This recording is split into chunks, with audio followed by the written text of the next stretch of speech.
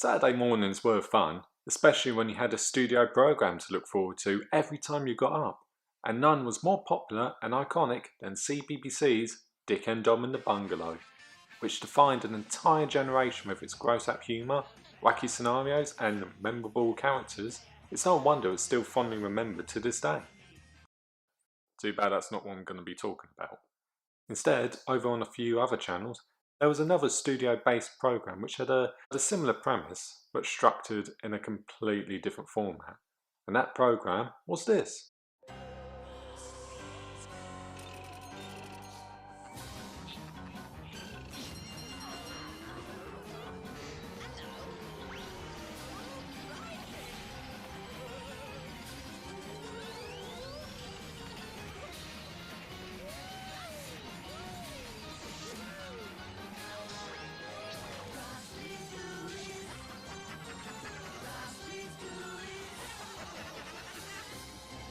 Lee's Ghoulies, broadcasting on Nickelodeon every Saturday morning from the 28th of September to the 13th of December in 2008, the show followed the bizarre adventures of Ross Lee, an entertainer who was known for the CBBC show Shoot, another obscure gem which lasted for one series, where he played a caricature of himself trapped in the BBC's rubbish chip, doing nothing but watching videos all day.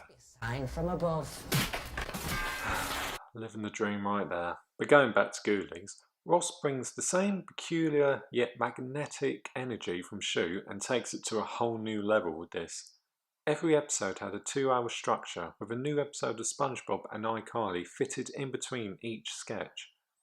Every episode would start with Ross arriving to the filthy manor in a ghost train, because if you're going to introduce a show, do it in style. While interacting with his headless butler Tarquin, his pet head in a cage Mr. Budgie, and his best friend Armpit. A talking armpit. How and why, I don't know, make up a story yourself, you know you want to, you sicko. After introducing the show and starting the storyline that he will participate in, at the same time as the introduction, Ross will get into a scenario that he needs to get out of before the end of the show. This could be trying to pay off a loan shark, giving Armpit a birthday party, trying to get a girlfriend, stopping a thief from stealing his identity, raising a baby, and hosting a talent show. After starting the storyline, he would lead into the first sketch, Grim Tales, where Ross plays a storyteller telling short stories which always had a grim result in the end. I went all over the back seat. How grim. After those vile tales, Ross would introduce Caught by the Ghoulies, a hidden camera prank show where he would scare an unexpected member of the public after being informed about them by a child guest star. Ross would then turn on the TV with a green-skinned dwarf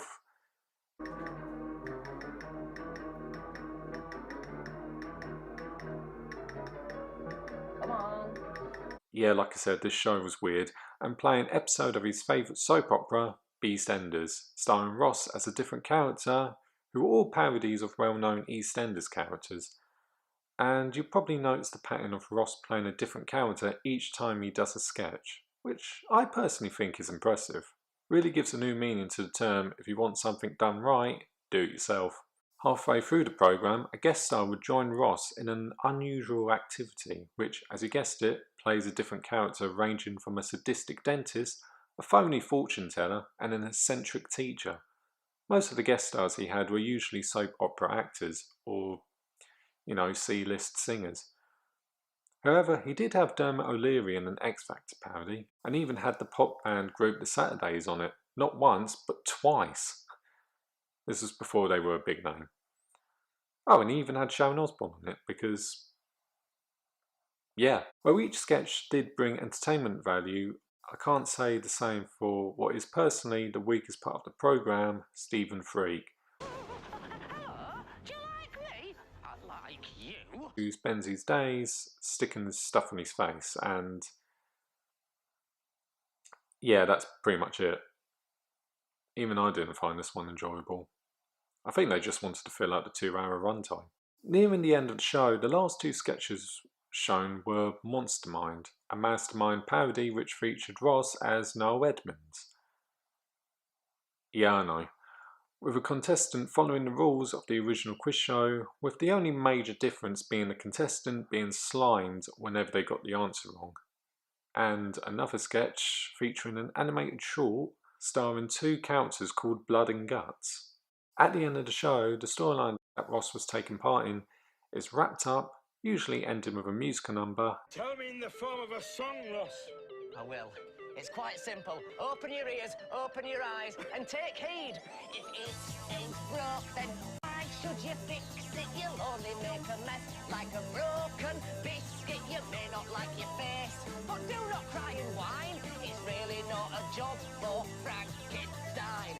And all is well until next week. So, with that said, how come this only lasted for 4 months? Wasn't it getting enough views?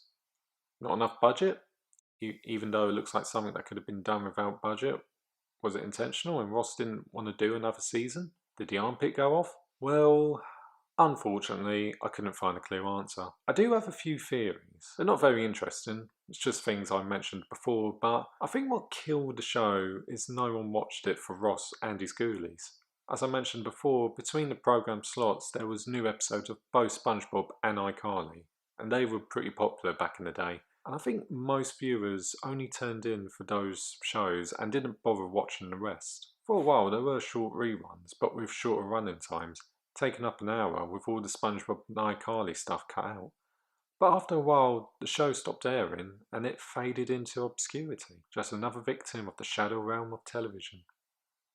So, what happened to Ross Lee himself? He moved over to BBC Three for a series called The Pranker, a hidden camera show where it pranks members of the public. That sounds familiar, doesn't it?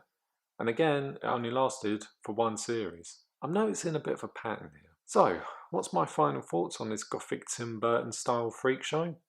I still find enjoyment from it. Of course, it's clearly for a certain type of audience, and some parts are more annoying than entertaining. But if you fancy something strange and unusual, give it a go. If you can find it, trust me, there's hardly any full episodes anywhere. The best I could do was find random clips online, and that was only thanks to the Lost Media wiki. I was surprised I could even find anything. Well, if there is still footage out there, I hope one day we will have another visit to the filthy manor and the eccentric weirdos that live there. Thanks, freak!